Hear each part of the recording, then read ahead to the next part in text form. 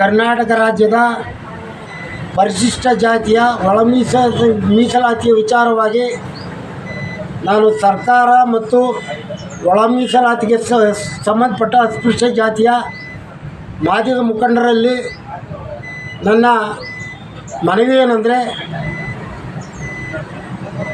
ಮಾನ್ಯರೇ, ಗೌರವಾನ್ವಿತ ಸರ್ಕಾರದವರು ಒಳ ಮೀಸಲಾತಿಯ ಹೋರಾಟಕ್ಕೆ ತಿಲಾಂಜಲಿ ಆಡ್ತೇವೆ ಅಂತ ಹೇಳಿ ಅಸ್ಪೃಶ್ಯ ಜಾತಿಯವರಿಗೆ 6% ಅಂತ ನಿಗದಿ ಘೋಷಣೆ ಮಾಡಿದ್ರಿ. ಅದು ಪ್ರಸ್ತುತವಾಗಿ ಈಗ ಕೋರ್ಟಲ್ಲಿ ತಡೆಯಾಜ್ಞೆ ಇದೆ ಅಂತ ಕೇಳಿಬರ್ತಾ ಇದೆ. ಇದು ಅತ್ಯಂತ ವಿಸ್ಮಯಕರವಾದಂಥ ವಿಚಾರ ಇದು. ಯಾಕಂತ ಹೇಳಿದರೆ 1980ರ ದಶಕದಿಂದಲೂ ಇದನ್ನು ನಾವು ಹೋರಾಟ ಮಾಡ್ತಲೇ ಬರ್ತಾಯಿದ್ದೀವಿ.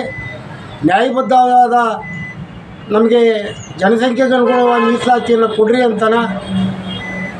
ಕೊನೆಗೆ BJP ಸರ್ಕಾರದವರು ಪ್ರಯತ್ನಪಟ್ಟು ಕಾಂಗ್ರೆಸ್ನಲ್ಲಿ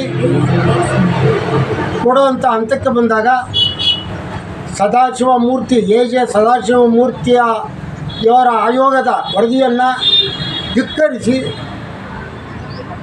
ಏನು ಅವರ ವರದಿ 5:6 ಇತ್ತು ಅನುಪಾತ, ಆ 5:6 ಅನುಪಾತವನ್ನು ತಪ್ಪಿಸಿ 6:6 ಅಂತ ಮಾಡಿದ್ರಿ ಕಾಂಗ್ರೆಸ್ ಸರ್ಕಾರದವರು. ಕೊನೆ ಪಕ್ಷ ನಮ್ಮವರೆಲ್ಲ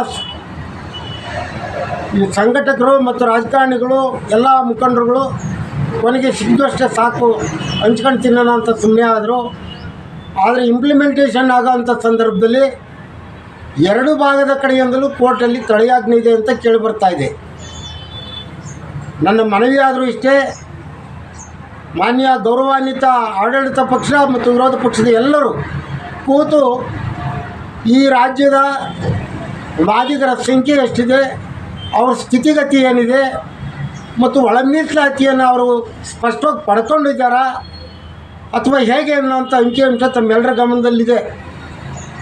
ಬಟ್ ನಮ್ಮಲ್ಲಿ ಏನಾಗಿದೆ ಅಂದರೆ, ಒಳ ಮೀಸಲಾತಿಯ ಅಂಕಿಅಂಶ ಪಡೆದಲೇ ಇದ್ರೂ, ಒಂದು ಅರ್ಹತೆ ಅಲ್ಲ ಸವಲತ್ತನ್ನು ಪಡೆದಲೇ ಹೋದರೂ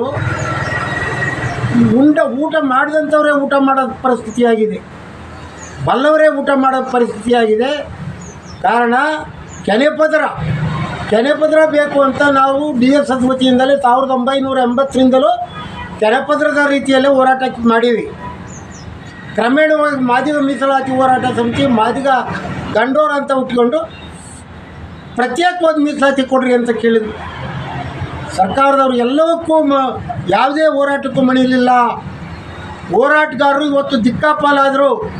ಇವತ್ತು ಇದರ ಪ್ರತಿಫಲವನ್ನು ಊಟ ಮಾಡ್ತಾ ಇರ್ತಕ್ಕಂಥವ್ರು ಈ ಜಾತಿಯ ಸವಲತ್ತನ್ನು ಪಡೆದಿರ್ತಕ್ಕಂಥ ರಾಜಕಾರಣಿಗಳು, ಅಧಿಕಾರಿಗಳ ಮಕ್ಕಳುಗಳೇ ಬಿಟ್ಟರೆ ಮನೆಯಲ್ಲಿರ್ತಕ್ಕಂಥ ಹಳ್ಳಿಯಲ್ಲೇ ವಾಸ ಮಾಡ್ತಕ್ಕಂಥ ಮಕ್ಕಳು ಯಾರೂ ಪಡ್ಕೊಳ್ಳೋಕ್ಕಾಗಿಲ್ಲ. ಕಾರಣ ಏನಂದರೆ, ಅವರು ತಮ್ಮ ಮಕ್ಕಳಿಗೆ ಉತ್ತಮ ಶಿಕ್ಷಣ ಕೊಡಲಿಕ್ಕೆ ಶಕ್ತಿ ಇಲ್ಲ, ಅಸಮರ್ಥರಿದ್ದಾರೆ. ಅವರು ಏನೋ ಸರ್ಕಾರ ಸವಲತ್ತಿನಲ್ಲಿ ಓದವಷ್ಟು ಓದಿ ಕೈ ಬಿಟ್ಟಿದ್ದಾರೆ. ಇದು ಮೊದಲನೇ ವಂಚನೆ. ಸೊ ಆ ಕಾರಣಕ್ಕಾಗಿನ ನಾನು ಮಾದಿಗ ಜನಾಂಗ ಮತ್ತು ಏನು ಮಾದಿಗ ಜನಾಂಗ ಅಂತ ಕರೆಸ್ಕೊಳ್ಳತಕ್ಕಂಥ ಮಾದಾರ, ಹರಿಜನ, ಮಳೆಗಾರ ಇವೆಲ್ಲ ಜಾತಿಯಿಂದ ಕರೆಸ್ಕೊಳ್ತಕ್ಕಂಥವರು ತಮ್ಮ ಮಕ್ಕಳುಗಳನ್ನು ಆದಷ್ಟು ಶಿಕ್ಷಣಕ್ಕೆ ಒತ್ತು ಕೊಟ್ಟು ಉತ್ತಮವಾದ ಶಿಕ್ಷಣವನ್ನು ಕೊಡಿಸಲಿಕ್ಕೆ ತಾವು ತಮ್ಮ ಶತ ಪ್ರಯತ್ನವನ್ನು ಮಾಡಬೇಕಾಗ್ತದೆ. ಆ ಉತ್ತಮವಾದ ಶಿಕ್ಷಣ ಸಿಕ್ಕಿದಾಗ ಸರ್ಕಾರಿ ನೌಕರಿನೋ ಸ್ವಯಂ ಆರ್ಥಿಕ ಸ್ವಾವಲಂಬಿಗಳು ಆಗ್ತಕ್ಕಂಥ ಒಂದು ಸ್ಥಿತಿ ನಿರ್ಮಾಣ ಆಗುತ್ತೆ. ಯಾವುದೇ ಕಾರಣಕ್ಕೂ ಎಲ್ಲ ಪಕ್ಷದಲ್ಲಿರ್ತಕ್ಕಂಥ ಈ ಜಾತಿಯ ರಾಜಕಾರಣಿಗಳು ಅವರ ಒಂದು ಕುಟುಂಬದ ಹೋರಾಟಕ್ಕೆ ಜನಾಂಗವನ್ನು ಬಳಸ್ಕೊಳ್ತಕ್ಕಂಥದ್ದು ನನಗೆ ಎದ್ದು ಕಾಣ್ತಾ ಇದೆ. ಅದರಲ್ಲಿ ನಾನು ಒಬ್ಬ ಸರ್ಕಾರಿ ನೌಕರನಿದ್ದೀನಿ, ಕುಟುಂಬದವನಿದ್ದೀನಿ. ನಾನು ಮಾಡಿರೋ ಅಂಥದ್ದೇನಾದರೂ ಇದ್ದರೆ ಅದು ತಪ್ಪೇ ಆಗ್ತದೆ. ಆ ಕಾರಣಕ್ಕೆ ವಿದ್ಯಾವಂತರು, ಬುದ್ಧಿಜೀವಿಗಳು, ನಿವೃತ್ತರು, ರಾಜಕಾರಣಿಗಳು ಗ್ರಾಮೀಣ ಪ್ರದೇಶದಲ್ಲಿರ್ತಕ್ಕಂಥ ಮಾದಿಗ ಮಕ್ಕಳಿಗೆ, ಮಾದಿಗ ಸಂಬಂಧಿತ ಮಕ್ಕಳಿಗೆ ಶಿಕ್ಷಣವನ್ನು ಕೊಡಿಸಲಿಕ್ಕೆ ತಾವು ಹೋರಾಟವನ್ನು ಮಾಡಬೇಕಾಗ್ತೈತೆ. ಪ್ರತಿ ಗ್ರಾಮೀಣ ಪ್ರದೇಶದಲ್ಲಿ ಇನ್ನೂ ಅಸ್ಪೃಶ್ಯತೆ ಜೀವಂತವಾಗಿದೆ. ಹೋಟ್ಲಲ್ಲಿ ಟೀ ಕೊಡ್ತಾ ಇಲ್ಲ ಮತ್ತು ಶೇವಿಂಗ್ ಕಟಿಂಗ್ಗಳು ಮಾಡ್ತಾ ಇಲ್ಲ. ಉದಾಹರಣೆಗೆ ಉಳಿಗೆರೆ ಮತ್ತು ಬೇವಿನಹಳ್ಳಿ ಗ್ರಾಮ, ಮಣ್ಣೆಮ್ಮನಗುಡಿ ಇಂಥ ಕಡೆ ನಮ್ಮ ಸರ ತಾಲೂಕಿನಲ್ಲಿ ನಾನು ಹೇಳ್ತಾ ಇರ್ತಕ್ಕಂಥದ್ದು ಇಡೀ ರಾಜ್ಯದಲ್ಲೇ ಇರ್ತಕ್ಕಂಥ ವ್ಯವಸ್ಥೆ ಆಗಿದೆ.